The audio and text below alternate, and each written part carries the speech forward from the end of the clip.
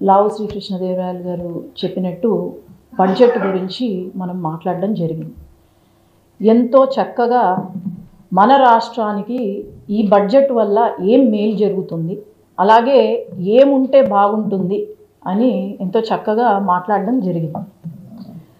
Budget గురించి లేకపోతే మన రాష్ట్రం గురించి మాట్లాడకుండా, అలాగే ప్రెసిడెంట్ గారి మోషన్ ఆఫ్ థ్యాంక్స్లో మన రాష్ట్ర బడ్జెట్ కానీ లేకపోతే ఆమెకు ధన్యవాదాలు తెలిపే ఇది లేకుండా, మరి ఈరోజు మిథున్ రెడ్డి గారి పైన 3,000 కోట్ల లిక్కర్ స్కామ్ ఏదైతే ఉందో అది బయటపడింది. పాపం ఆయన మతి తప్పిందో మరి ఏమైందో తెలీదు. మొన్నటి వరకు ఒక అతను 1.0 సినిమా చూపించాడంట. అది ఎప్పుడు ఆడిందో తెలీదు, ఎప్పుడు రిలీజ్ అయిందో తెలీదు. మళ్ళీ 2.0 సినిమా ఆడకముందే ఈయన అపరిచితుడు 2 చూపిస్తున్నాడు మాకు పార్లమెంట్లో.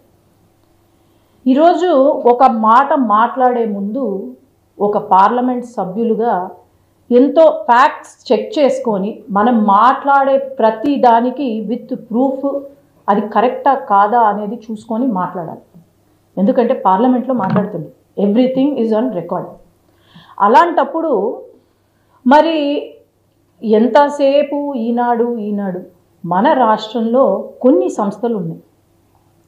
తప్పుని తప్పుగా, ఒప్పుని ఒప్పుగా చూపించేది, అది పార్టీలకు అతీతంగా చూపించే సంస్థల్లో ఒకటి ఈనాడు, ఈటీవీ. అది మేము తప్పు చేసినా చూపిస్తున్నారు.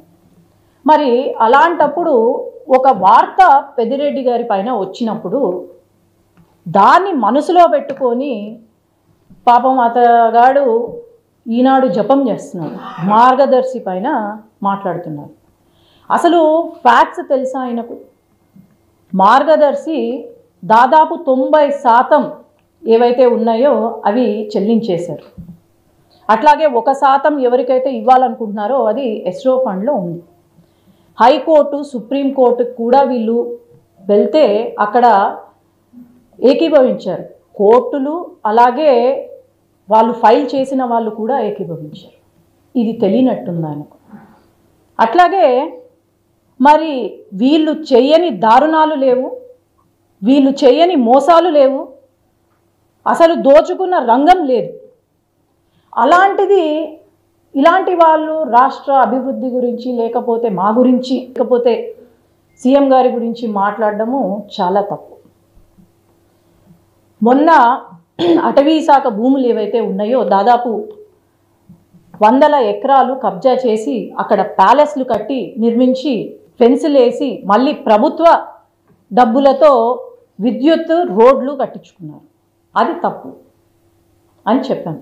అట్లాగే పీలేరులో కానీ పుంగనూరులో కానీ 100 ఎకరాలు కబ్జా చేశారు, విత్ ప్రూఫ్స్ అన్నీ ఉన్నాయి. ఆనాడు రైతులకు మేము రిజర్వాయర్ కడతామని చెప్పి ₹1 కూడా వాళ్లకు చెల్లించకుండా, నష్టపరిహారం ఇవ్వకుండా దాదాపు 300 కోట్లు రైతుల నుంచి తీసుకొచ్చి ఆ రైతులను మోసం చేసి మళ్ళా సొంత పిఎల్ఆర్ సంస్థ, వాళ్ళ సొంత సంస్థ పిఎల్ఆర్ సంస్థకు ఇచ్చి రిజర్వాయర్ నిర్మించారు. వాళ్లకు 100 కోట్ల ఫైన్ కూడా వచ్చింది, మీరు గమనించుకోవాలి. అట్లాగే మా రాయలసీమ, మా రాయలసీమలో పాపము చాలా నష్టపోయిన రైతులము చాలామంది ఉన్నాం. పాడి రైతులు ఏదో పాపం 4 గోవులు, ఆవులను, గేదెలను పెట్టుకొని బ్రతుకుతారు. అట్లాంటిది మనం అందరం గమనించాం. 5 సంవత్సరాల కాలంలో వీళ్ళు అడ్వాన్సులు ఇచ్చి ఎప్పటికప్పుడు రాత్రికి రాత్రి పాపం వాళ్లకు డబ్బులు తగ్గించి ₹1, ₹2 లీటర్కి తగ్గించి వాళ్ళని మోసం చేశారు. అట్లా మాడి రైతులను కూడా 100 కోట్లు కమిషన్లు తీసుకున్నారు వాళ్ళ దగ్గర నుంచి. మరి గ్రనైట్ ఏదైతే ఎక్స్పోర్ట్స్ కంపెనీ ఉందో అది మరి వాళ్ళ అల్లుడిది కాదా? అక్కడి నుండి మార్కెట్ ప్రైస్ కన్నా 10,000 తక్కువ చేసి అందరితో కట్టించుకున్నారు. మరి ఇవన్నీ బయటికి వచ్చినప్పుడు మరి అన్ని ప్రూఫ్తో నేను మాట్లాడుతున్నా. ఈరోజు ప్రూఫ్స్ లేకుండా నేనేం మాట్లాడట్లేదు వాళ్ళలాగా. ఈరోజు రాష్ట్ర అభివృద్ధి గురించి మనం అంతగా శ్రమిస్తున్నాం. అమరావతి గురించి, పోలవరం గురించి మాట్లాడతారు వీళ్ళు. 5 సంవత్సరాల కాలంలో ఏమీ ఒక డెవలప్మెంట్ చేయని వాళ్ళు ఈరోజు 7 నెలల్లో ఇన్ని తీసుకొచ్చినా సరే వీళ్ళు ప్రశ్నిస్తున్నారంటే మరి వీళ్ళు దద్దమలా ఏమనుకోవాలో నాకైతే అర్థం కావట్లేదు. ఒక మాట మాట్లాడేటప్పుడు నోరు అదుపులో పెట్టుకొని మాట్లాడాలి. ఈరోజు పార్లమెంటులో పురంధేశ్వరి గారి గురించి మాట్లాడాలి. ఒక మహిళ, నేను పార్టీ చూడట్లేదు, ఒక మహిళగా నేను ఈరోజు మాట్లాడదలుచుకున్నాను. ఒక సీనియర్ లీడరు, కేంద్ర మంత్రిగా చేసినారు. అలాంటిది పురంధేశ్వరి గారి గురించి మాట్లాడడము, రాష్ట్ర అభివృద్ధి గురించి మాట్లాడితే తను లేసారే తప్ప ఇంకా వేరే ఏం లేదు. అలాంటప్పుడు ఆయనకు ఏం హక్కు ఉంది? ఫస్ట్ నీ పైన ఉన్న మచ్చ నువ్వు తీసే, ఆ తర్వాత నీకు మాట్లాడే హక్కు ఉందని మేము ఇది ఖచ్చితంగా పార్లమెంట్లో తీసుకెళ్తాము. ఆయన మాట్లాడిన మాటలు కూడా మేము నోటీస్ ఇస్తాము, దాన్ని డిలీట్ చేయాలని మేము అనుకుంటున్నాము. సో ఖచ్చితంగా మేము రాష్ట్రం అభివృద్ధి వైపు ఆలోచన చేస్తాం, కానీ ఇట్లాంటి చిల్లర మాటలు, ఇట్లాంటి చిల్లర కథలకు మేమైతే ఎప్పుడూ కూడా ఆలోచన చేయము. మేము అభివృద్ధి కోసమే ఉన్నాము.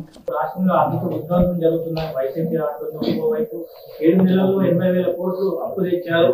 మరొకటి ఏంటంటే కేవలం రాజధాని పేరుతోటి 55,000 కోట్లు అప్పు చేశారు 7 నెలలు. అభివృద్ధి మాత్రం ఇంతవరకు కనిపించట్లేదు వైసీపీ. మీరు ఢిల్లీలో కూర్చుంటే అభివృద్ధి కనిపించినట్లేదు మీకు. ఒక నిమిషం, 5 సంవత్సరాల్లో మరి వీళ్ళు కనీసం క్యాపిటల్ ఏంది అంటే మాకు తెలీదు అన్నోళ్ళు ఈరోజు క్యాపిటల్ గురించి మాట్లాడతారా? పోలవరం ప్రాజెక్ట్ ఏమైంది? కడప స్టీల్ ప్లాంట్ ఏమైంది? మరి ఆయనే కదా తీసుకొచ్చింది. సొంత నియోజకవర్గంలో చేయలేకపోయినాడు, మళ్ళీ ఈరోజు ఏమి కనిపించలేదు.